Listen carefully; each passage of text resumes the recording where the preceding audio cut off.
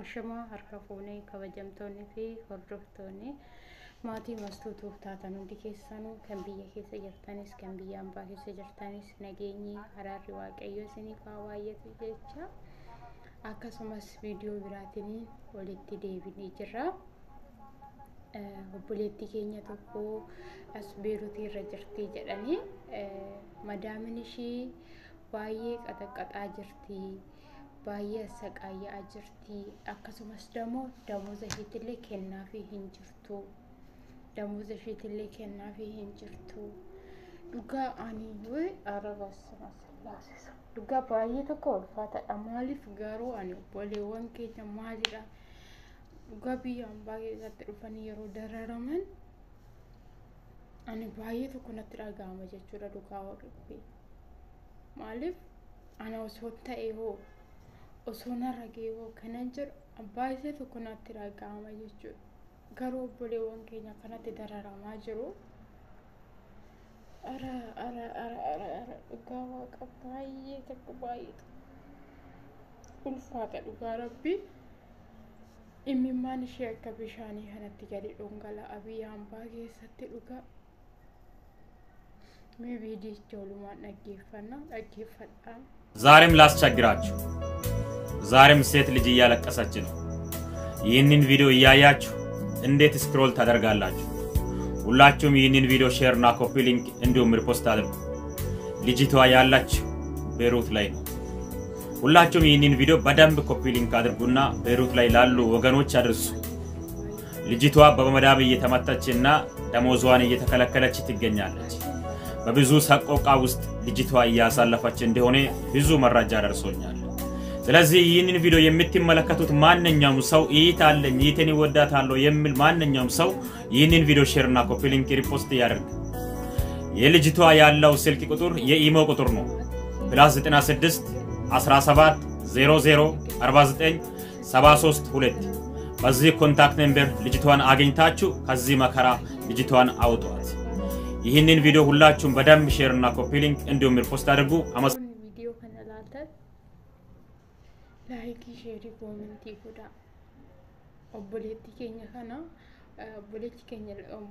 ለኮፍሳ ብልብል አለ ወደ ጀራ ለኮፍሳ በሩቲቲ ሁንዱም ትከሰኑቶ ዱቢሳቶ ቲሃሳ አየቻ ጀረየቹዳ ስለዛ ለኮፍሳ ብልብላ እሺ ሰን ለፍደዳቶ ዱጋ kadhannu makeessanii illee yaadadha uma wanni goonu jiru no azaaba keessa jira namni gaabii keessa seenee gaabii keessa ba'uu hin danda'u jechuudha gaabii keessa maaltu jira bineensotatu jira jechuudha bineensota gosa garagaraatu jira tokkotu nutti ba'ee nu nyaata jechuudha immoo amma nama gaabii keessa jiru jechuudha gaabii kana keessa immoo akkatti baan waaqa tokkicha bichaatu beeka jechuudha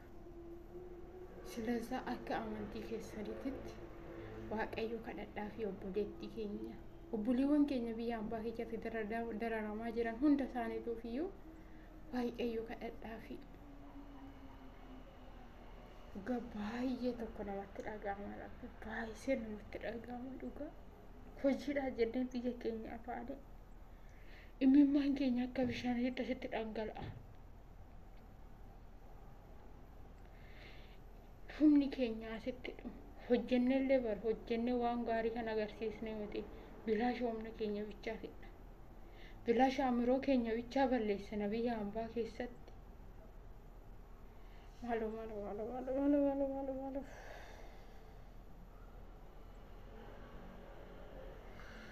dhugaa baay'ee tokko ulfaataa ta'ee jira bakka hundumtuuyyuu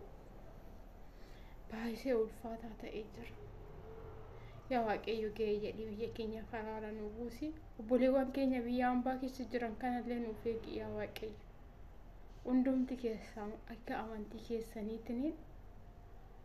shamarran biyya ambaa keessa jirtu hunda isaaniitiif iyyuu kan biyya keessa jirtanis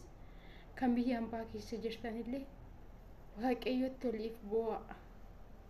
waaqayyo oliif kadhadhaa በጣም ይከብዳል ባየ tokko ulfaataadha alagaan nu firaan jiru jechuudha alagaan وما نوفرها هنجران سلازا هندي كيسانيو كدنا كيساني نبوليوان كيسيادة وبوليوان كيسان بيان با كيسات ديني ساني كبشاني لولا أجر لبو ساني دربا جران أمروني ساني دابا ما جر ساني واقعي ولي كدد داماتي واقعي أرى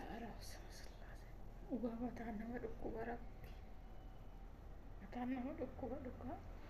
أكاسي سريجرا فيديو كنا لايك شيري قلتو هندقتنا هكا فيديو براتون بتدي كرتي غاري سني فاتو نغارا ناتورا